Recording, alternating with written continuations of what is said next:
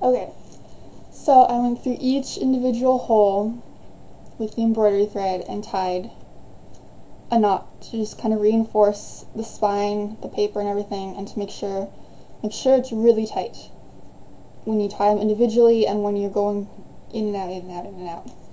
Really, really, really tight. Because if it's not tight enough, then you'll see the holes that you've punched when you're flipping through it.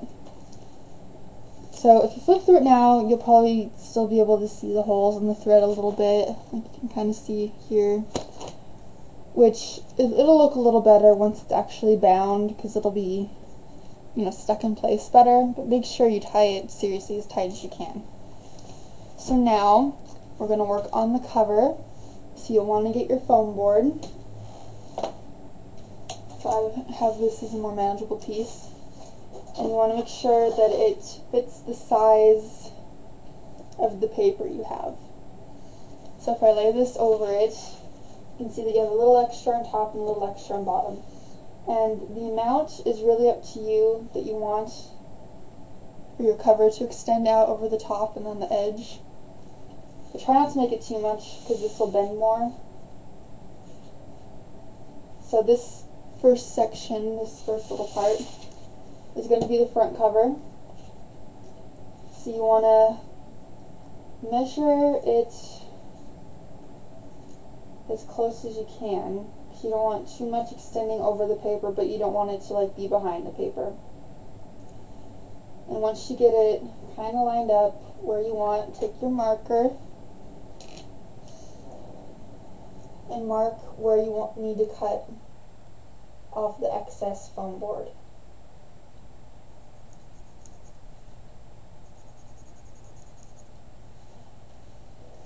And then you also want to make a mark where the paper ends, not right up to the edge, but pretty close. You want to make sure that you have some on this edge to extend over for the cover, so it's not behind the paper.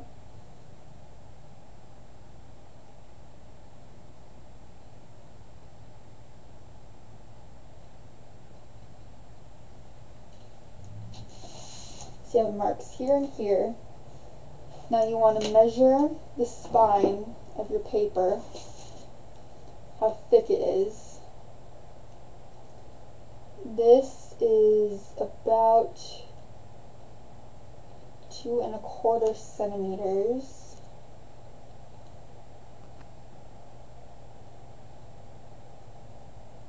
And it's a little under an inch. So then you want to measure that much for the spine on your foam board.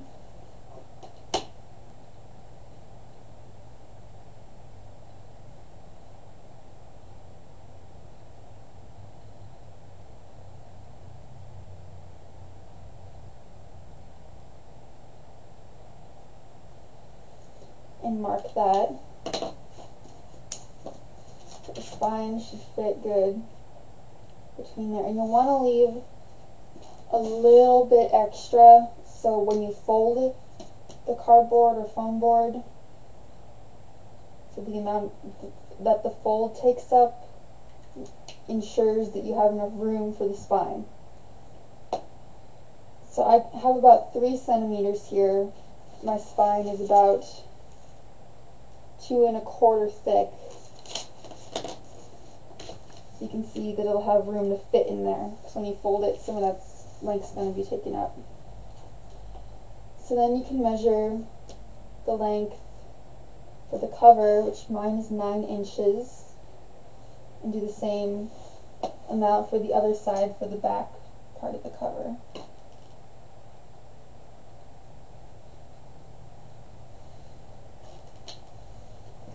So now that you have all the measurements, this paper is standard paper size, 8½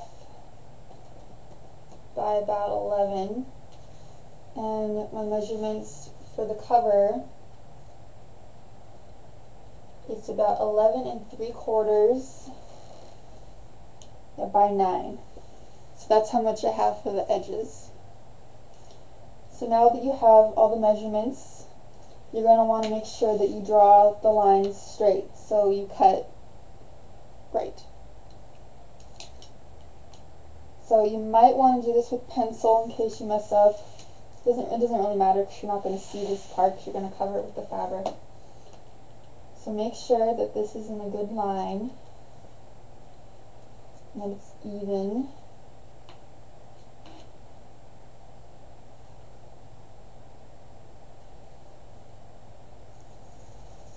And then draw the line.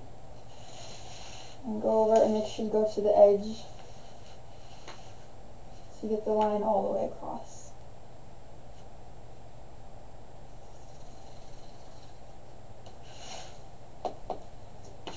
Then you're going to want lines where the spine is measured to, so you have lines to fold on. And you're going to want the line at the end of the back cover part.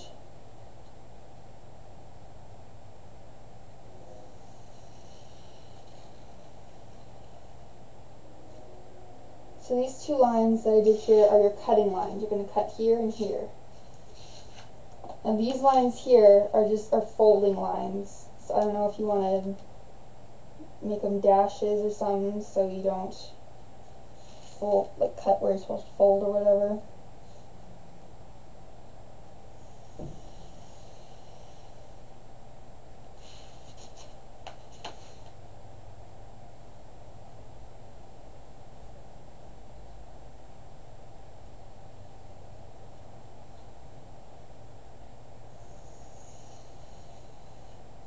Oops, drew a little crooked.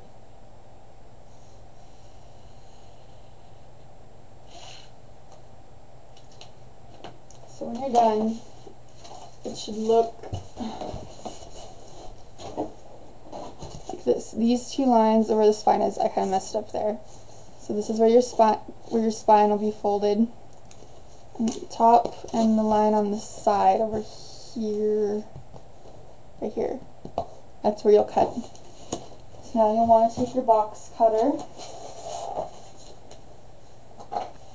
Be careful not to cut up any carpet with this or scratch the floor or cut yourself either. And you want to cut along the top and very edge lines.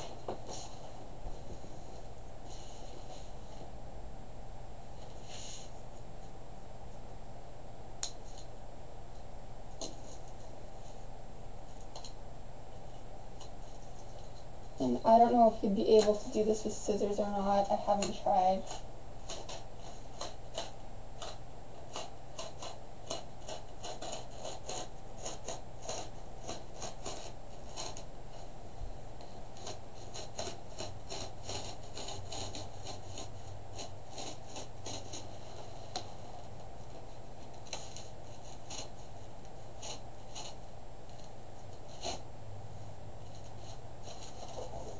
You might have to go over it a couple times to make sure you've cut through all the way.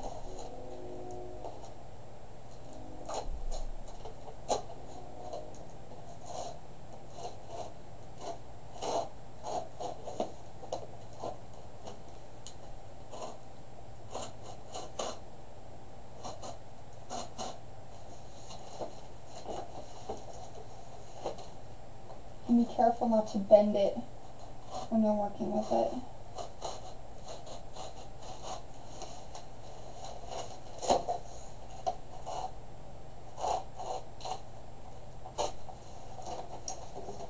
So you have that edge done, and you could probably use scissors to just clip off the extra.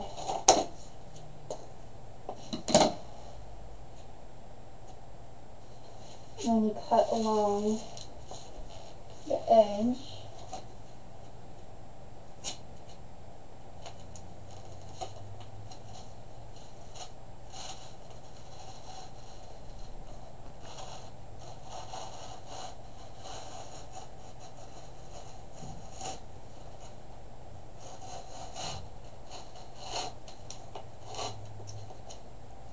Try not to cut up the floor here. That's why I'm slightly picking it up. So I want to do this in an area where the floor is not really that important. Or outside might work. Make it warmer.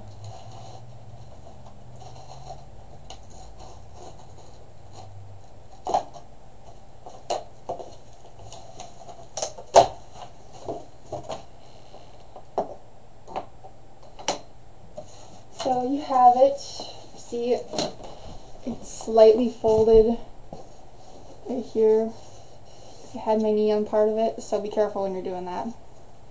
So you have it cut out. Now, to make it easier to fold, you're going to want to crease the lines of the spine. I use the opposite end of this box cutter where it's dull, but be careful not to push, because when you push this end, that's when the box cutter comes out. So be careful not to do that.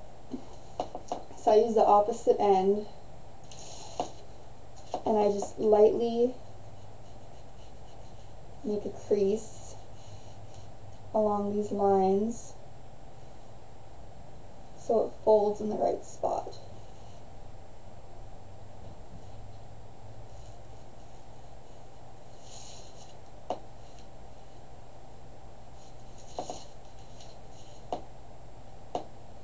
Do that carefully if you're using the opposite end of your box cutter.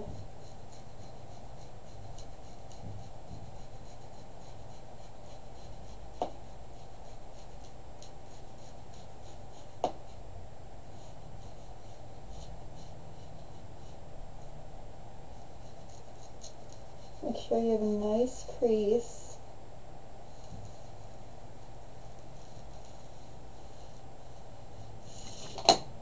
And then you're going to want to fold it on that crease and on that line.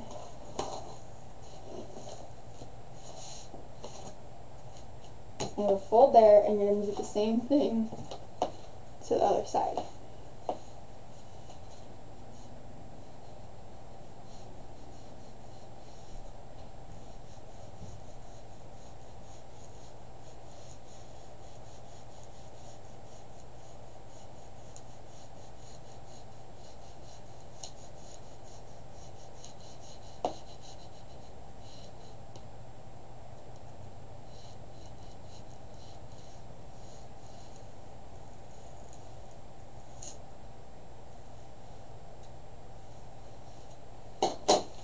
And then you fold it on the other side of the spine. Be careful not to fold the rest. That's what I kind of ended up doing. Now you have it folded like that. Next, I will show you how to put the paper in.